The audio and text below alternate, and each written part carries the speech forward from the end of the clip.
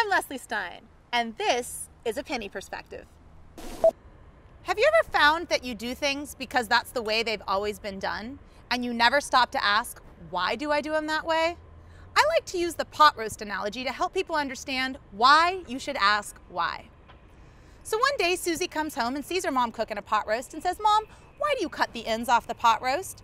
And Mom says, "Well, Susie, that's the way you make a pot roast."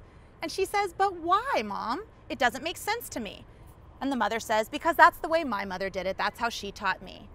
And Susie persists and says, "But can't we call Grandma and ask why? I just don't know why you would cut the ends off the pot roast." And exasperated, the mother finally gives in and says, "Fine, we'll call Grandma." And so she dials the number, picks up the phone and says, "Mom, why do you cut the ends off the pot roast when you make it? Susie wants to know why, and I just know you've always done it. Can you fill me in?" And her mom says, "Well, yes, dear. The reason I cut the ends off the pot roast was because the pan wasn't big enough." And so all those years, because her mom had done it, she'd been cutting the ends off the pot roast, throwing away perfectly good meat, even though her pan was big enough.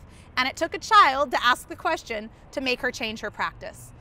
So make sure you understand why you're doing something. Even if you're the new kid on the block, the new person on the job or on the team, your valuable insight about not understanding why something's done may just help people do it better in the long run.